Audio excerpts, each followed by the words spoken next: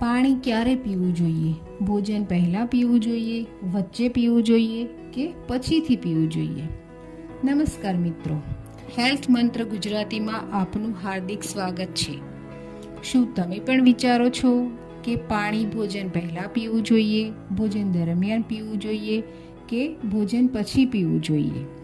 ઘણા લોકો આ વિષય પર અલગ અલગ સલાહ આપે છે. આજે આપણે આ પ્રશ્નનો આધુનિક વિજ્ઞાન અને આયુર્વેદ બંનેના દૃષ્ટિકોણથી જવાબ જાણીશું.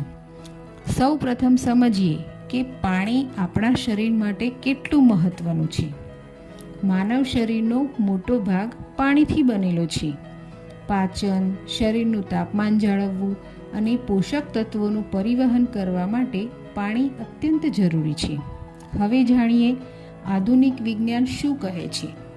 આધુનિક વિજ્ઞાન મુજબ તરસ લાગે ત્યારે પાણી પીવું જોઈએ અને દિવસ દરમિયાન શરીરની જરૂરિયાત મુજબ પૂરતું પાણી પીવું જોઈએ.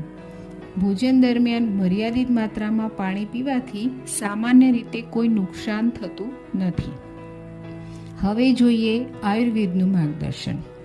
અષ્ટાંગ હૃદયના અન્નપાન વિધિ નામના અધ્યાય અનુસાર ભોજન પહેલાં પાણી પીવાથી જઠરાગ્નિ મંદ થઈ શકે છે, જેના કારણે પાચન ક્ષમતા ઘટી શકે છે, જેના કારણે શરીર પાતળું કે કૃશ થઈ શકે છે.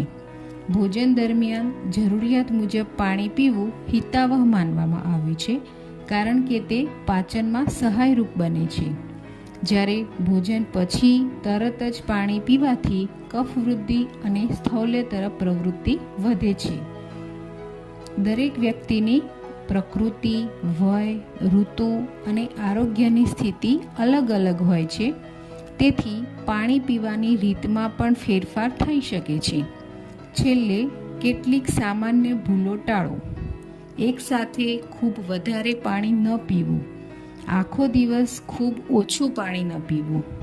દરેક માટે એક જ નિયમ લાગુ પડે તેવું માનવું યોગ્ય નથી.